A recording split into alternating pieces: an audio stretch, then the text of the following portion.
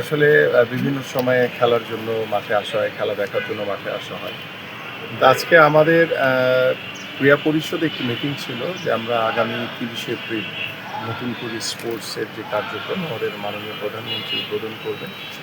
এবং সেই উদ্বোধনের যে কার্যক্রম সেটাকে বাস্তবায়ন করার জন্য, খেলাধুলাকে বাস্তবায়ন করার জন্য আমাদের প্রত্যেকটি জেলার ডিসি মহোদয় এবং আমাদের ইউনোরা, তারপরে পাশাপাশি আমাদের যে জেলা ক্রীড়া অফিসার যারা রয়েছেন এবং আমাদের সচিব সহ অন্যান্য যে কর্মকর্তারা সবার উপস্থিতিতে আমরা একটি মিটিং করেছি এবং সেই মিটিংয়ের কার কী করণীয় রয়েছে এবং এই নতুন করে স্পোর্টসকে বাস্তবায়নের জন্য কী কী করণীয় রয়েছে সকল বিষয় নিয়ে আমরা আলোচনা করেছি বিশদভাবে। পদ্মা সেতু, মেট্রো রেল এবং এলিভেটেড এক্সপ্রেসওয়ে নির্মাণের গর্বিত অংশীদার বসুন্ধরা সিমেন্ট। এবং তার পরিপ্রেক্ষিতে হঠাৎ করে নিচে নামার পরে মনে হইল যে একটু আমাদের যে ঢাকা স্টেডিয়াম, সেই ঢাকা স্টেডিয়ামের আসলে স্টেডিয়ামের যে পরিবেশ, সেই পরিবেশটি আসলে ঢাকা স্টেডিয়ামে নেই এবং সেই পরিবেশটিকে কীভাবে আমরা ফিরিয়ে আনতে পারি সে বিষয়গুলো নিয়ে ইতিমধ্যে আমি আমাদের ক্রীড়া পরিষদের যিনি নির্বাহী পরিচালক সহ অন্যান্য যে কর্মকর্তা রয়েছেন তাদের সাথে কথা বলেছি এবং আমি নিজেই সরেজমিনে এখন দেখে গেলাম। সো আমরা যেহেতু সামনে ঈদ এবং ঈদের পরবর্তীতে আমরা চেষ্টা করব যে এটি দৃঢ় হাতে কীভাবে আমাদের এই স্টেডিয়ামের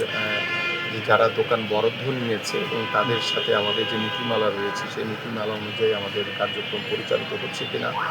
পাশাপাশি আমাদের এই স্টেডিয়ামের পরিবেশকে একটি ভালো মানের, যেহেতু এটি জাতীয় স্টেডিয়াম, এখানে ইন্টারন্যাশনাল খেলাধুলা হয় এবং সেই পরিবেশটি আসলে স্টেডিয়াম বান্ধব না, সেটিকে আমরা মাথায় রেখে পরবর্তীতে আমরা দেখছি এবং পাশাপাশি আমাদের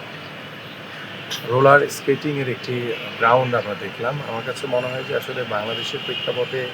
রোলার স্কেটিং এটি আসলে বাংলাদেশের সাথে এই মুহূর্তে কোনো উপযোগ্য আমাদের আসলে কোনো খেলাধুলার সেই পারফর্ম করার সেই সুযোগ সুবিধা আসলে নেই বাস্তবিকতা। সো এটিকে যেহেতু বিগত সময় আমি শুনেছি যে জোর করে তারা আদায় করে এটিকে একটি স্থাপনা তৈরি করেছে, বাট এটিকে আমরা কিভাবে আন্তর্জাতিকভাবে আমাদের যেহেতু ইনডোর সুবিধা সম্পন্ন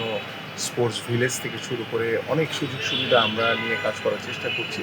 এবং এখানে আমরা অনেক ইনডোর গেমস, আমাদের একটি ভালো জিমনেশিয়াম, আমাদের আরও সুযোগ সুবিধা দেওয়ার মাধ্যমে আমরা এই যে রোলার স্কেটিংয়ের যে ইস্যুটি রয়েছে আমার মনে হয় এটিকে আমরা আসলে